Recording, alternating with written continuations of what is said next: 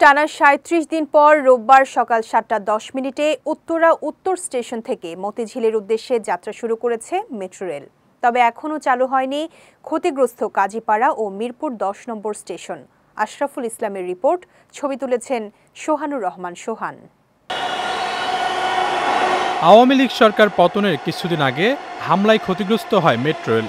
এতে দীর্ঘ ১ মাসেরও বেশি সময় চাকা ঘোরে নিয়ে আধুনিক এই বাহনটির।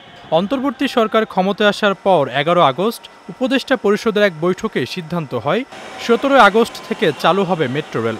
তবে ১৫ আগস্ট ডিএমটিসিএল সচিব মোহাম্মদ আব্দুর রৌফের সই করা বিজ্ঞপ্তিতে জানানো হয় ১৭ আগস্ট থেকে মেট্রো রেল চালু করা সম্ভব হচ্ছে না।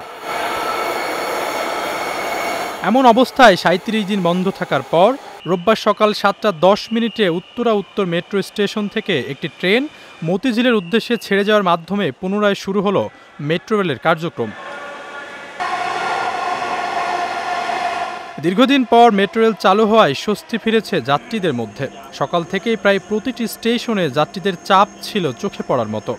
আজকে সকালে ঘুম থেকে উঠে ফেসবুকে যখন দেখেছি যে মেট্রো রেল চালু হয়ে গেছে, ভীষণ ভালো লেগেছে এবং থ্যাঙ্কস গড। কখনোই ভাবিনি যে এত অল্প সময়ের ভিতরে আমরা আবার ফিরে পাবো মেট্রো রেল। তো বাস দিয়ে যেতে অনেক টাইমও লাগতো, আবার ব্যয়বহুল ছিল।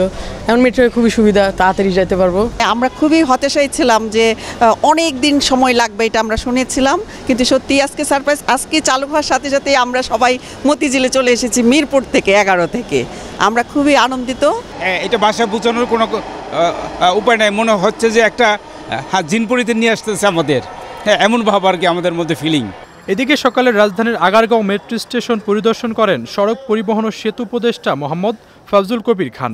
পরে সচিবালয় স্টেশনে পৌঁছে সার্বিক বিষয় নিয়ে গণমাধ্যমের সঙ্গে কথা বলেন তিনি।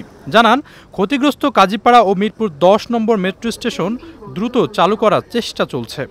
কাজীপাড়াতে ব্যাপক ক্ষয়ক্ষতি হয়েছে, তো এইটা আমরা সেদিন দেখার পরে আমরা একটা নির্দেশ দিয়েছি যে ক্ষয়ক্ষতির পরিমাণ নিরূপণ করা এবং একটা টাইমলাইন তৈরি করা, কত দ্রুত এটা চালু করা যায়। এখানে কিছু জিনিস ইম্পোর্ট করতে হবে, তো সেগুলো যাতে ত্বরান্বিত করা যায়, সেই জন্য আমরা জাপানি রাষ্ট্রদূতের সহায়তা চাইব। টানা ৩৭ দিন বন্ধের পর মেট্রো রেলের পথ চলা, যাত্রীরাও জানালেন তাদের উচ্ছ্বাসের কথা। আন্দোলনে ক্ষতিগ্রস্ত মেট্রো রেল মেরামত করে কবে নাগাদ পথ চলা শুরু করবে তাতে অনিশ্চয়তার কথা বলছিল সদ্য বিদায়ী সরকার। তবে ডক্টর ইউনূসকে সাথে নিয়ে নাহিদ আসিফ সার্জিসরা দেখিয়ে দিলেন কিভাবে ঘুরে দাঁড়াতে হয়। নতুন বাংলাদেশের একটাই প্রত্যাশা, মুছে যাক এই শহরের সকল অপবিত্র স্মৃতি, ঘুরে দাঁড়াক লাল সবুজের প্রিয় জন্মভূমি। আশরাফুল ইসলাম, বিজয় টিভি, ঢাকা।